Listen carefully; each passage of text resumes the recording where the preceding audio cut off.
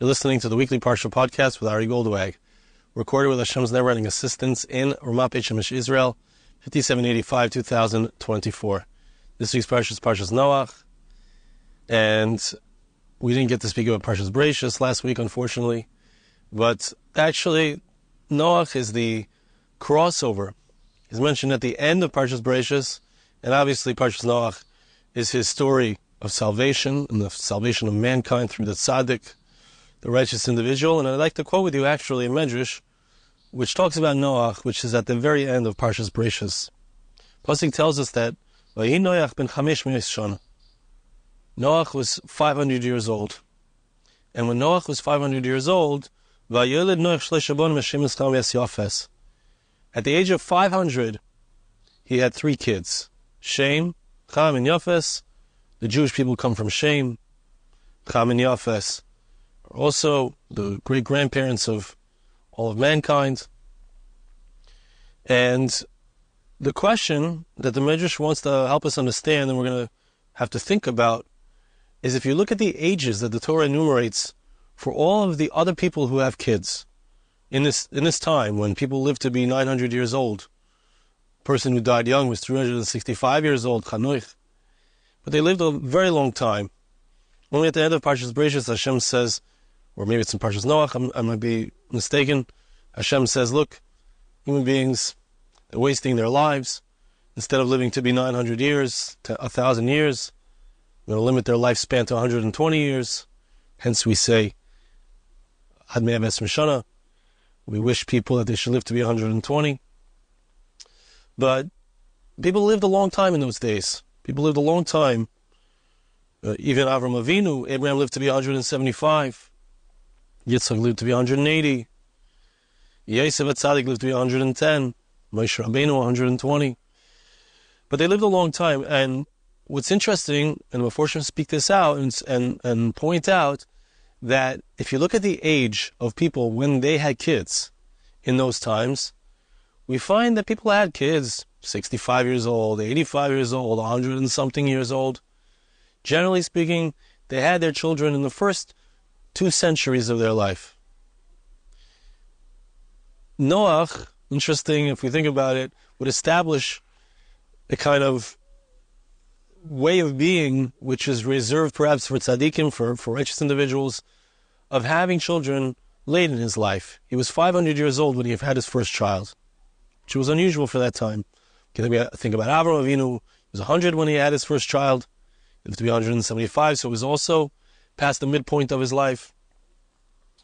But the Medrash wants to understand, why is it that indeed it took so long? Why did he have children only at the age of 500? Why did he not have children at a younger age? So we're going to examine that question. It's an important question to understand. But before we do, I'd like to share with you a little bit of the Medrash. There's 2 pieces here in the Medrash. One addresses that point. That's the second piece. And one is just kind of an introduction to that. Pasuk says, Vayehi Noach ben 500 shana. He was 500 years old. Ksiv. The Medrash brings the pasuk in Tehillim. Ashrei Haish, the first pasuk in Tehillim. Praiseworthy is the man asher lo yalach b'atzas v'shaim, who did not go in the ways of the wicked. Ashrei Haish said Noach. Says the Medrash, who is the one who doesn't go in the ways of the wicked? This is Noach. Noach was righteous in his generation. He was saved of all the people of that generation. So the Medrash points out that he lived in 3 different generations as far as people who were wayward. Noach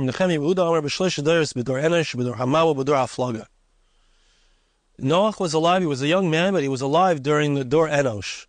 The Dor Enosh, the generation of Enoch, was a time when people started to, instead of call out to Hashem, they started to veer off and worship the stars and the moon, the intermediaries, as it were. Instead of going directly to Hashem, which is a mistake of Christianity, instead of going directly to God, so they found an intermediary to worship. In Christianity, it's a human being. In those times, it was the stars and the sun, the vessels through which Hashem sends down His hashpah. So Noach remained strong and righteous in the generation of Enosh. He remained righteous in the generation of the flood. And he also lived until the generation of the Haflaga, the time when when they built a huge tower, which is at the end of Parshas Noach, and all of the 70 nations were separated. Throughout all of this time, from when he was young, his middle age, till he was old, he retained his righteousness. He didn't go in the ways of the other people, in the ways of the wicked. Okay? I'm skipping a little bit. Rather, in the Torah of Hashem was his desire. Noach was somebody who was studying. He was searching. He was constantly involved in trying to understand what is Hashem's will. He studied the Torah. But Torah is Hashem Cheftzei. He's studying the 7 mitzvahs. There are 7 universal laws that apply to Noach and to all the generations, to all human beings. 7, what we call the Noachide laws. So he studied those. And he would be involved and contemplating the Torah day and night. What does this word Yehegeh mean, says the Medrash? What's he contemplating? Contemplation means that a person thinks about a matter. He learns a concept, and he's able to deduce from that concept how to apply the concept. And he's able to read between the lines. Let's say Hashem says to give tzedakah and to give charity. Clearly Hashem wants us to inculcate into ourselves a midah, a good attribute of being generous, of generosity. Not just in order to help other people, but also to become a better person ourselves. That's called understanding the depth, understanding the application of that. And then we can deduce from there that if I'm supposed to be a person who is of generous spirit, so there's many ways that can apply. So Noach was somebody who was able to understand from that which he learned other things. For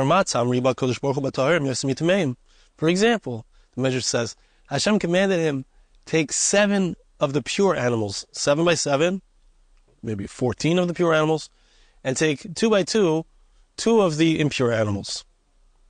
He was able to deduce, Hashem didn't tell him directly, but Hashem said, take the pure animals. Clearly, Hashem wanted him to take more of those animals in order that he should bring a korban, bring a sacrifice from them. So he was somebody, let's think about him, he was able to withstand the pressures of the society around him. He was able to be himself and be alone, to do what's right. And he was able to do that throughout, when he's young, when he's middle-aged, when he's old. He was able to study the Torah, focus on Hashem's will, focus on the will of God.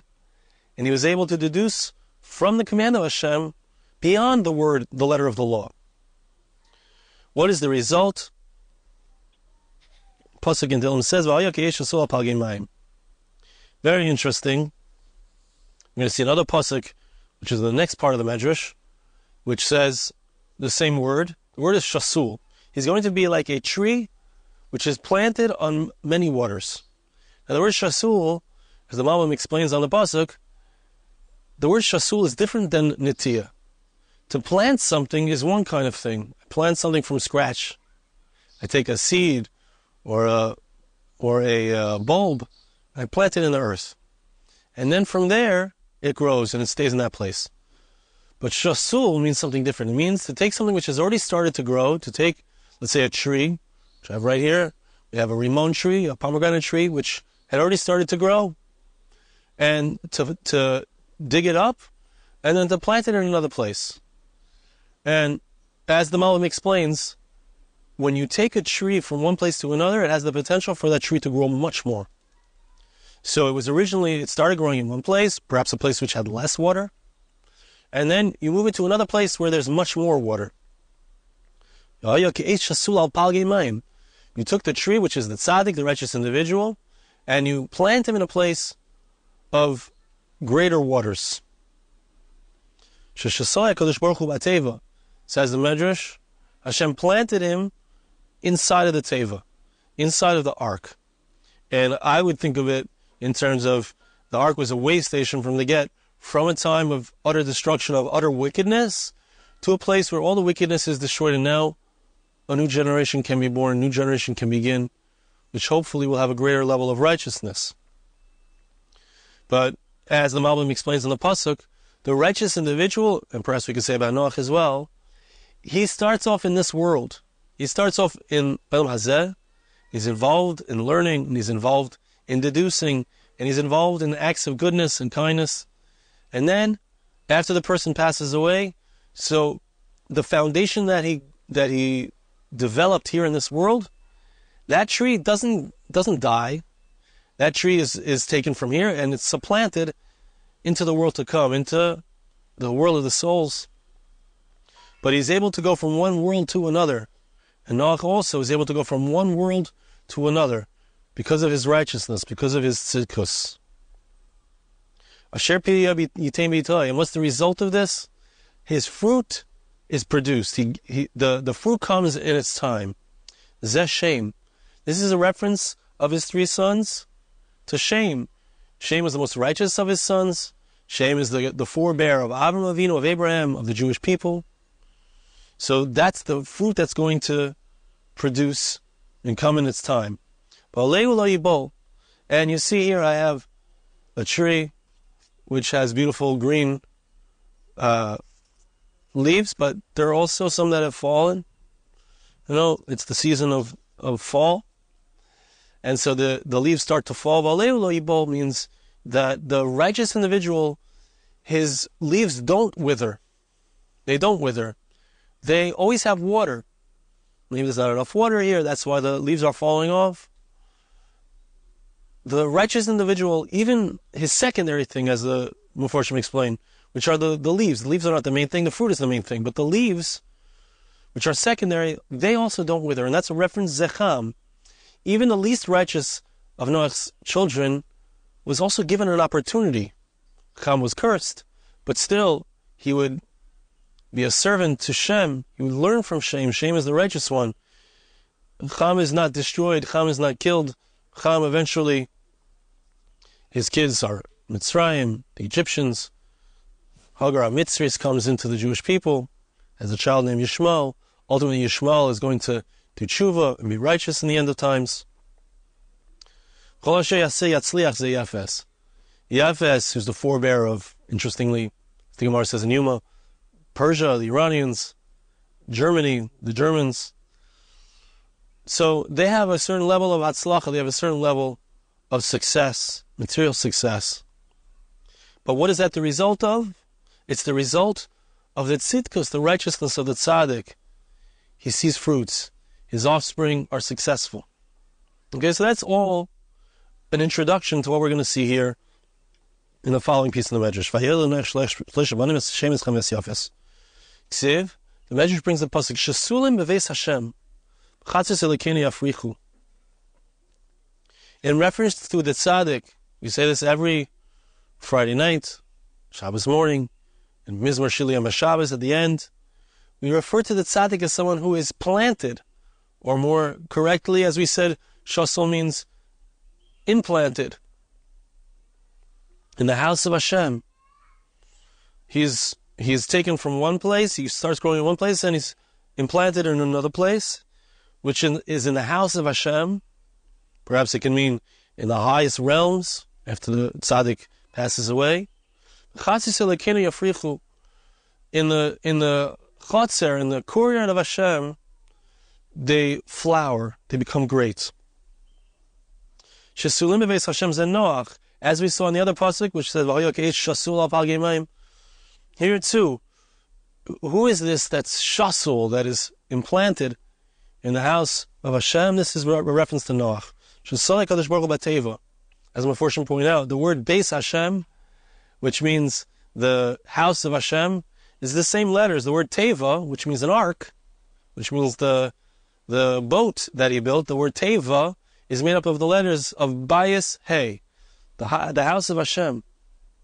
So he's given, and colloquially in yeshivas we refer to the Beis Medrash, the place where people go to study the Torah. We refer to it as the Ark of Noach.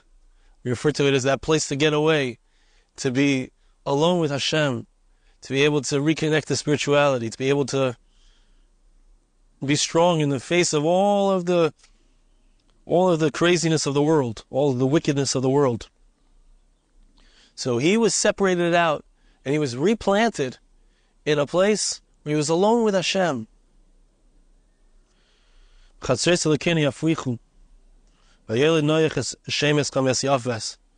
as a result of that, in the courtyards of Hashem, he's going to flower. That's a reference to the fact that he has these three sons, Shem, Cham, and Yafes. So I asked you something, I pointed out something to you at the very beginning, that Noach was 500 years old when he had his first child. That's very old for those days to have a child. When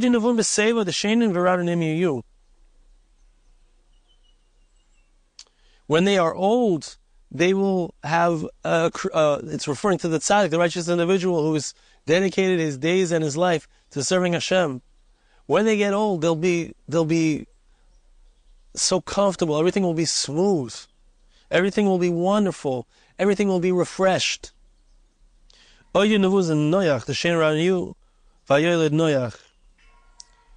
He's in his old age and he's having kids, he's being refreshed, he's having generations who ultimately are going to be righteous. Rav Yudin, Matzam Kol Doros, finally we get to this question. Rav Yudin says, why is it that all the generations, they had kids when they were 100, when they were 200, meaning in the first century of their life, in the second century of their life. Why did Noach take so long to have kids? I don't know exactly when he got married. Was he a bachelor for so long? Maybe just didn't have children yet. So here's the big reveal. Hashem says like this. Hashem knew that the Mabul is going to arrive when Noach is 600 years old. Noach didn't have kids till he was 500. That means that Shem, Cham, and Yafes, all three of them, were under 100 years old at the time of the Mabul, at the time of the flood. In Rishayim Heimein Yitzon Sheyev the Mamayim. In Tzadikim Heim Atrech Alav Sheyev Yasalam Teiva-Ark. Hashem wanted them not to come of age. The Medrash is going to teach us in a very interesting insight, a very interesting foundational idea, and that is that we know that today, in our times, when a person reaches the age of 13, so they're obligated in the mitzvahs, called a bar mitzvah. We're obligated in all the commandments of the Torah at that age, 13. But when is someone called a bar einshin? A bar einshin is somebody who is liable for the punishments of the Torah. A person does certain sins, so a person can, heaven forbid, be liable for kares, for spiritual excision. A person can be liable for other types of punishments. Different types of death penalties can be incurred for certain averos, for certain sins in the Torah. At which point is a person liable for these punishments? The answer is that it's at the age of 20. Now the Medrash lays out something very interesting. That's in our times. People live to be 70, 80, 90, 100, 120. So the age of 20 is the age when a person has lived a certain amount of his life and now can be called that he's liable for what he does, could be obligated in certain punishments. In the times of Noach, when people lived to be 800, 900 years old, the age when a person would be called a bar einshin, which means fully responsible and liable for the mistakes and positive things that he does, that age was 100, says the Medrash. Hashem wanted Shem, Cham, and Yafes to not yet reach the age of 100. Because if they would be Rishayim, if they would be evil, and they would be over 100, they would already be liable for death. And therefore, Noach wouldn't be able to bring his children onto the Teiva with him, onto the Ark. And remember, this is a Beis Hashem. The Teiva is letters Beis Hashem. It's the house of God. In order to come into the house of God, you have to be worthy to be there. It says in Medrash, interestingly, if they would be over 100 and they would be very righteous, not too righteous, obviously, they would be very righteous, so then Noach would have to actually make separate boats for each of them. Interesting. And it would be a very great difficulty for him to do so, to make boats for each of the children, for each of his family members. Why? Think about it. Beis Hashem. Each one has their own world. Each one has their own spiritual accomplishments. So Hashem therefore made it. Hashem planned everything that Noach would not have kids until he was 500. when he was 500, and therefore his kids will be less than 100 when the Mabul arrives, and therefore we would gain this issue, we would gain this. The potential is still in a state of potential for Noach's kids. Shem Cham and Yafes, Hashem obviously knew if they're going to be righteous or not, but the potential is there, but we haven't yet actualized it, and therefore they can all, first of all, be saved, no matter what, and second of all, they don't need a separate ark. It wouldn't have to be a tremendous amount of effort. So Hashem made sure that Noach wouldn't be able to have kids until that point.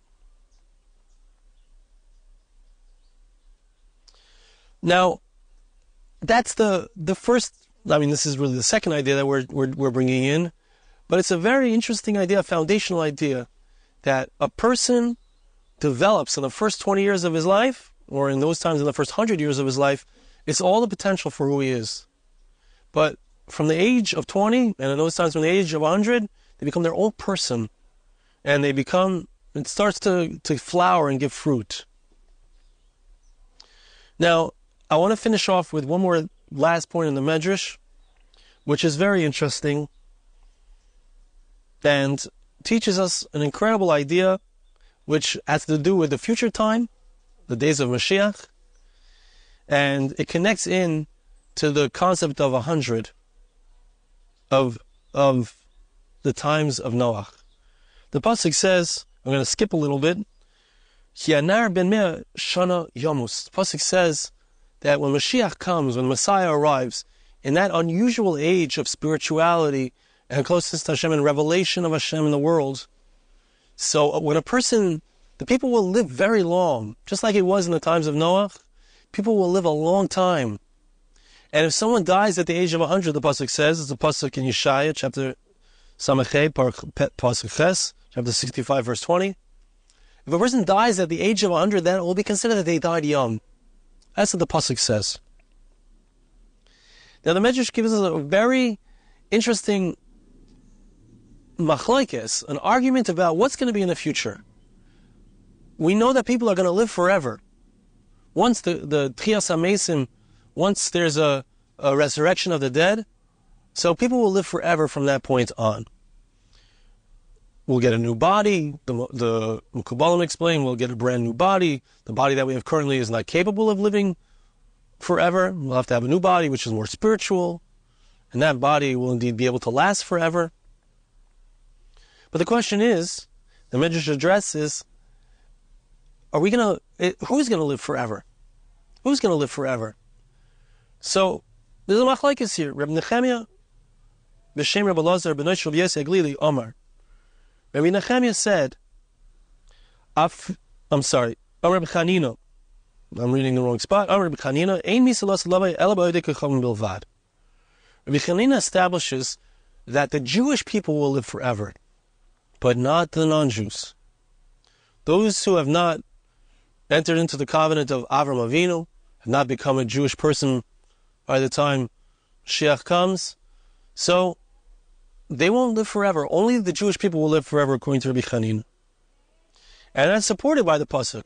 The pasuk says that when a person dies young, they'll have died. If a person dies at 100, that will be called they died young. It's a reference to non-Jews. But Jews will live forever. Rishu ben Levi Amar Loi b'Yisrael v'Loi b'Avidei kechavim. Rishu ben Levi says it's not true. Rishu ben Levi says everyone is going to live forever, both Jews and non-Jews. How does he prove it? The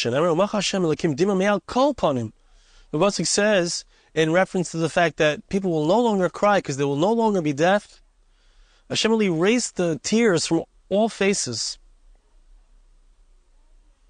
All faces means both Jews and non-Jews. Everyone will live forever. Rabbi Chanina said that it's not talking about non-Jews, it's only talking about Jews. So why does it say all faces? All of the tears will be wiped away. It